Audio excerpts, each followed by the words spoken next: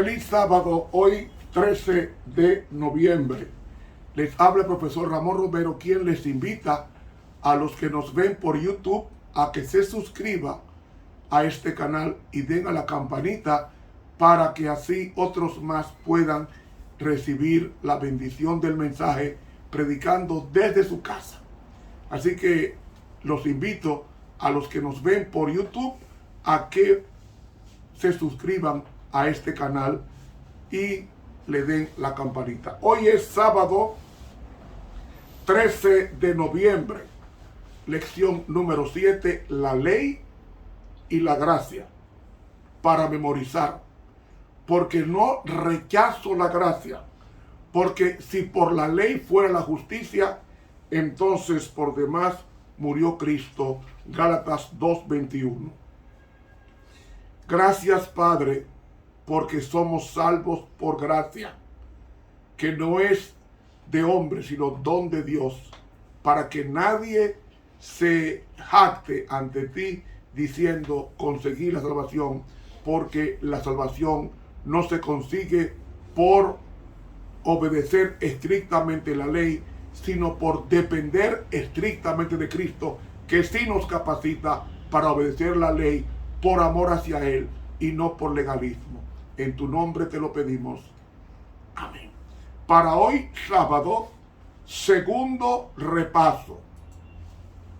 Hermano y amigo, comenzamos hablando ayer de la triple liberación que Cristo aporta a través de los escritos del apóstol Pablo. Liberación del pecado, liberación de la ley y liberación de la muerte, donde Cristo aporta esta triple liberación. Así que, como dije ayer, el objetivo primero de Cristo es liberarnos de la cárcel de la esclavitud del pecado. Es una cárcel. Entonces, como el ser humano está encarcelado por el pecado y todo lo que hace es pecar, Cristo es el único, según Apocalipsis capítulo 1, Cristo es el único que tiene la llave para sacarte a ti de la cárcel del pecado. Y esa llave es la gracia, porque Cristo es la gracia. Y como tú y yo estamos muertos en pecados y delitos, al entregarnos a Cristo, ya Él nos ha liberado del pecado y ya no hay que deleitarse en Él.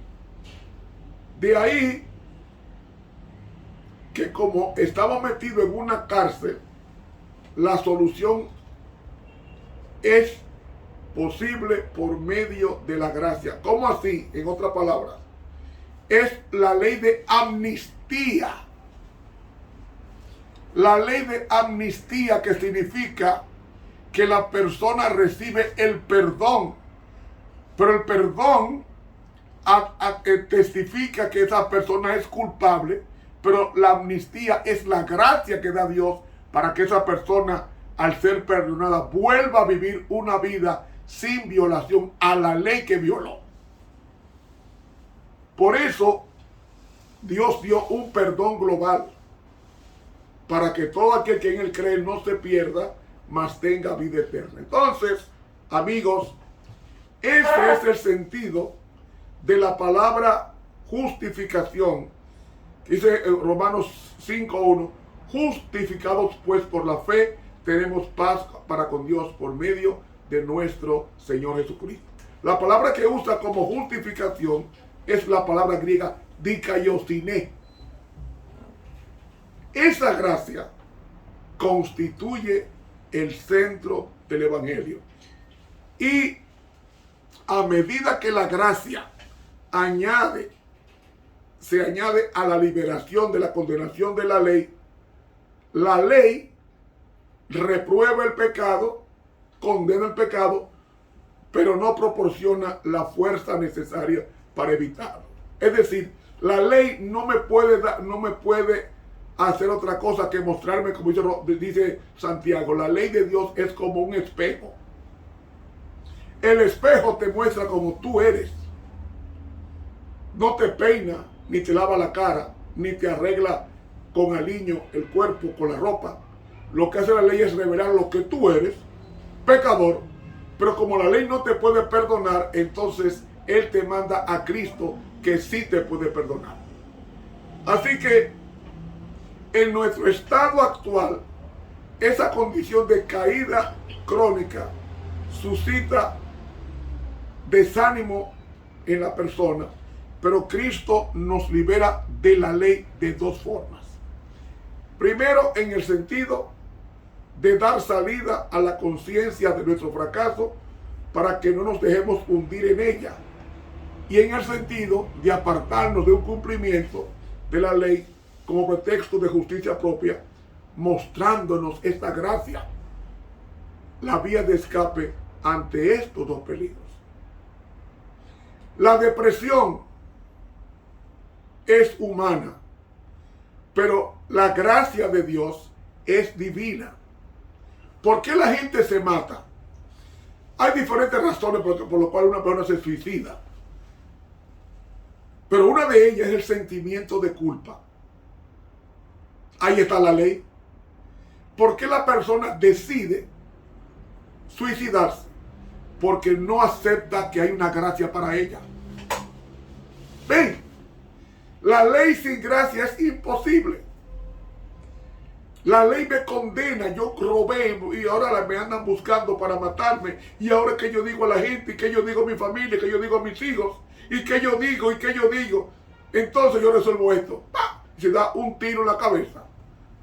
Él dejó que la ley lo culpara, pero rechazó que la ley lo llevara a Cristo, que sí era el perdón de Dios, la oportunidad divina de su perdón. ¿Ustedes me están siguiendo? ¿Me están siguiendo? Esto es lo que hace la ley de Dios. El que se suicida, claro, hay otras razones, y esas otras razones tienen que ver con enfermedades, con falta de químico en el cerebro, pero hay que subrayar esto. La ley, su función es revelarnos lo que somos, pero la ley no nos deja ahí, nos manda a Cristo, que sirve como ayo, alguien que nos manda a quien nos puede dar salida. Porque la función de la ley no es acusar, es llevarnos a Cristo, como dice el apóstol Pablo en Gálatas, porque la ley nos lleva a Cristo. La función de la ley es mostrar cómo estamos, y ella dice, como yo no te puedo perdonar, yo te voy a llevar a una persona que sí te puede perdonar, que es Cristo. Ahí está la gracia. Aunque sabemos que en psicología clínica hay diferentes razones por las cuales una persona se suicida. Una de ellas es el sentimiento de culpa, el otro es problemas químicos en el cerebro, hay diferentes factores. Pero el factor número uno es el sentimiento de culpa.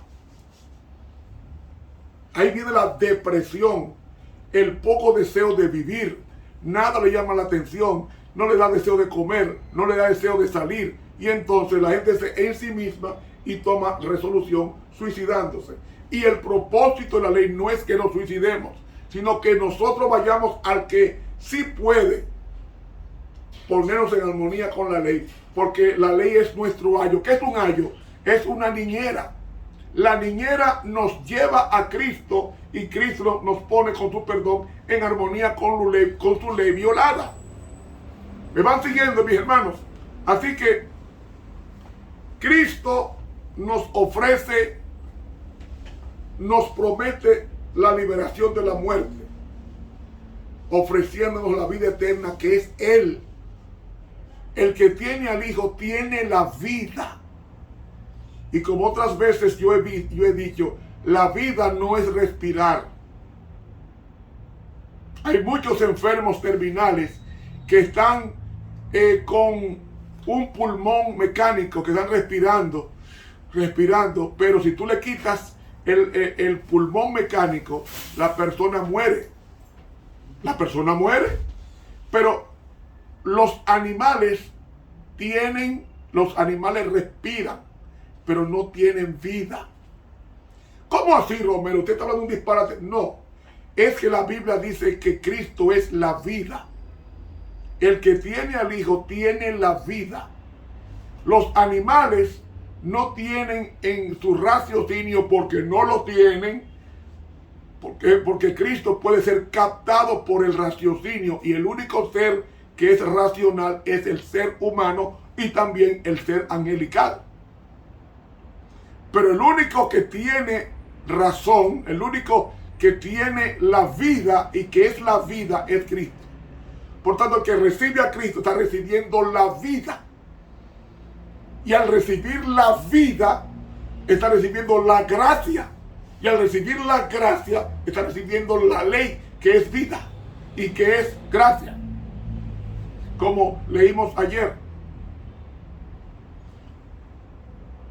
La triple liberación, esencia del Evangelio, se realiza en 3 fases. La primera fase es la histórica. Cristo viene, se encarna, entrega su vida por nosotros y ya ninguna condenación hay para los que están en Cristo Jesús. La segunda fase es la personal. Es decir, el creyente hace suyo la expiación en el Calvario por Cristo, y entonces lo acepta y por fe experimenta un nuevo nacimiento, siendo una nueva criatura.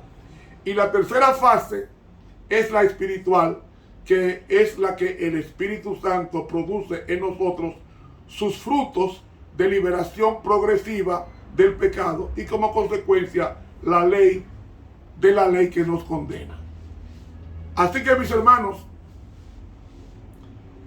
la pluma inspirada nos dice en el libro Fe y Obras, página 114, lo siguiente, 2 líneas. Si bien es cierto que las buenas obras no salvarán ni a una sola alma, sin embargo, es imposible que una sola alma sea salvada sin buenas obras. Fe y Obras, página 114 de la pluma inspirada. Me explico. Yo tengo que dar frutos dignos de arrepentimiento. ¿Cómo yo manifiesto que he pasado de muerte a vida? Viviendo la vida de Cristo. Esa vida de Cristo son las obras, no mías, las obras de Cristo obrando en mi vida. Así que, mis hermanos, los que se oponen ley y gracia, los que se oponen a la ley y a la gracia, olvidan que la letra mata, pero que el Espíritu da vida. Así que los que se oponen a ley y gracia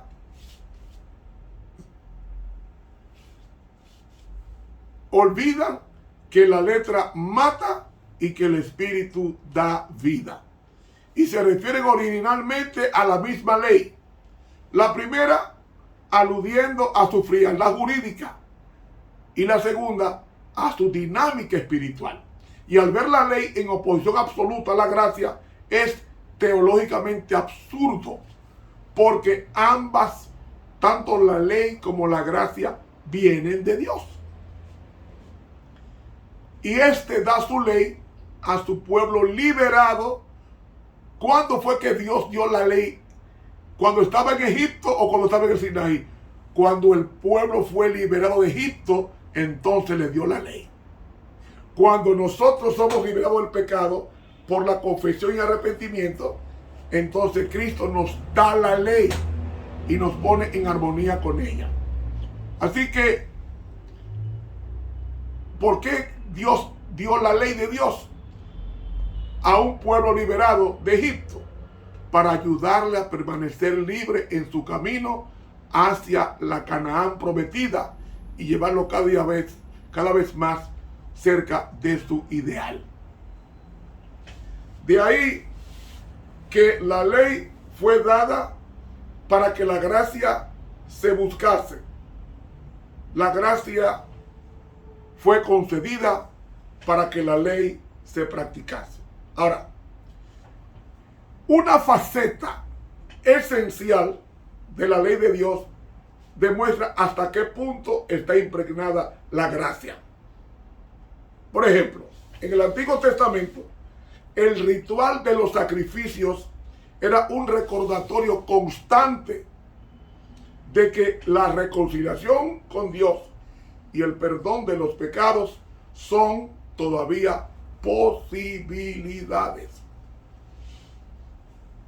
Que reparar las faltas no se obtiene negando los errores o reprimiéndolos en el fondo inconsciente, ni culpándonos sin fin, intentando compensar nuestros errores con sacrificios y penitencias, ni siquiera suicidándonos, aplastados por el peso del remordimiento. Porque el remordimiento nos lleva al suicidio. El arrepentimiento no. Toda persona que se suicida es porque está remordida, no arrepentida, porque el arrepentido no se suicida. Ahora bien, la reparación de nuestros fallos la hace Dios. ¿Cuándo? Cuando reconocemos que somos pecadores y confesamos estos pecados. Y entonces el Espíritu Santo nos perdona y no nos pone en el corazón el suicidio, nos pone en el corazón la paz, como dice en Romanos 5, justificados pues por la fe, tenemos paz para con Dios por medio de nuestro Señor Jesucristo. Así que, mi hermano, el Evangelio no nos promete liberarnos del pasado nuestro, como si algo no hubiera pasado. No, lo que hace el Evangelio es asegurarnos que incluso el tiempo perdido en el pecado puede convertirse en un tiempo salvado cuando Dios se hace cargo de nuestro pasado. Entonces, todo lo negativo de nuestra historia queda en manos de su misericordia y no en el infierno de nuestro inconsciente, definitivamente fuera de nuestro alcance. Así que, mi amigo, aceptar la gracia es entender que necesitamos arrepentirnos de nuestros errores, pero sin necesidad de torturarnos indefinidamente. Eso sería tomar el perdón de Dios a la ligera, olvidando el alcance infinito de la gracia.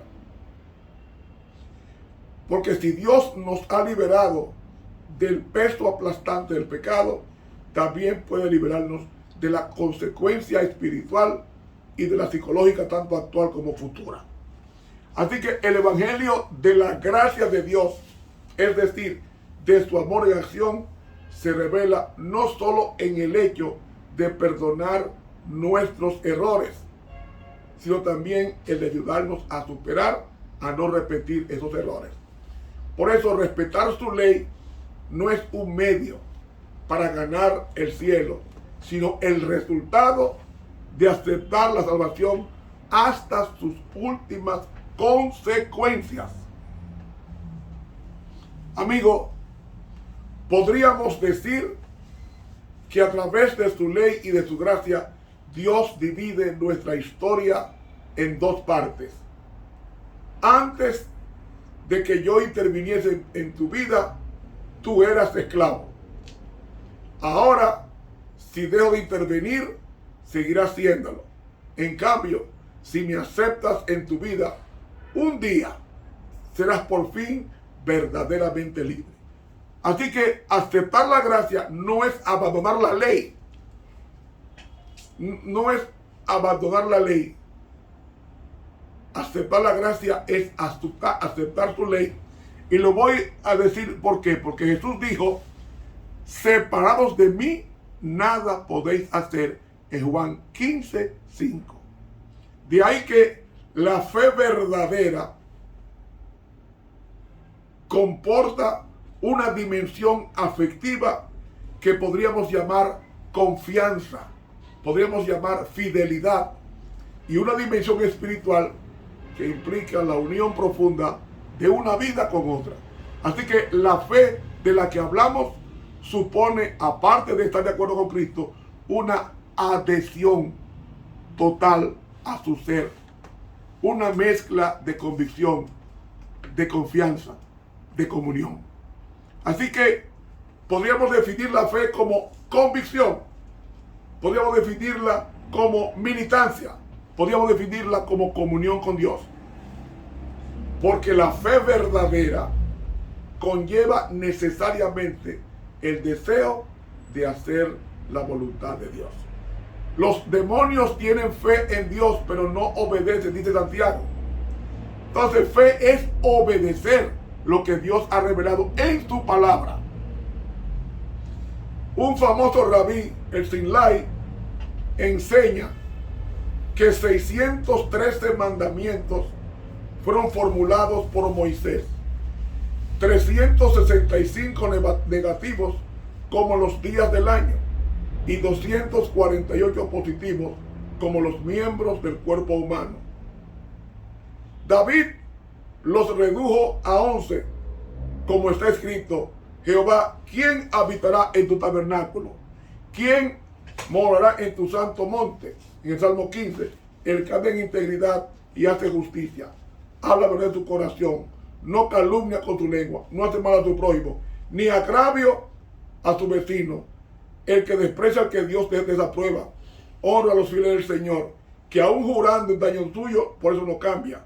Quien su dinero no dio a usura, ni contra el inocente admitió cohecho. Ahí están las 11 reglas de David. El que hace estas cosas no resbalará jamás. Isaías lo resumió a 6. Isaías 33. ¿Quién habitará?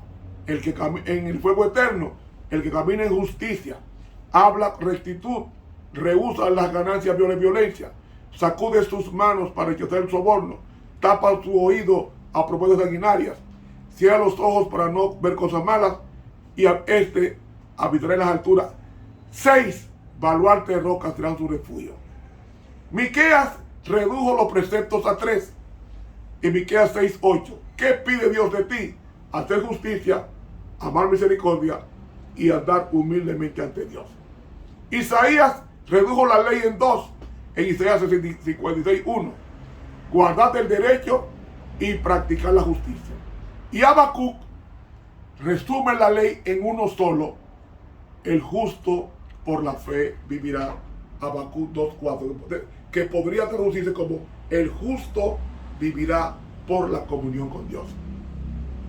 La palabra fe en el hebreo es emuná y significa adherencia, pegarse a Dios, manteniendo ese pacto con Él. Así que todos los mandamientos, observancias, prescripciones y normas se resumen y se interiorizan en una sola actitud espiritual, base de toda experiencia religiosa profunda. ¿Cuál es? El encuentro con Dios y la búsqueda de su voluntad, como dice Romanos 1:16 y 17. Y voy a dar una cita que va a ser una cita demoledora para los que dicen que la ley y la gracia son repelentes.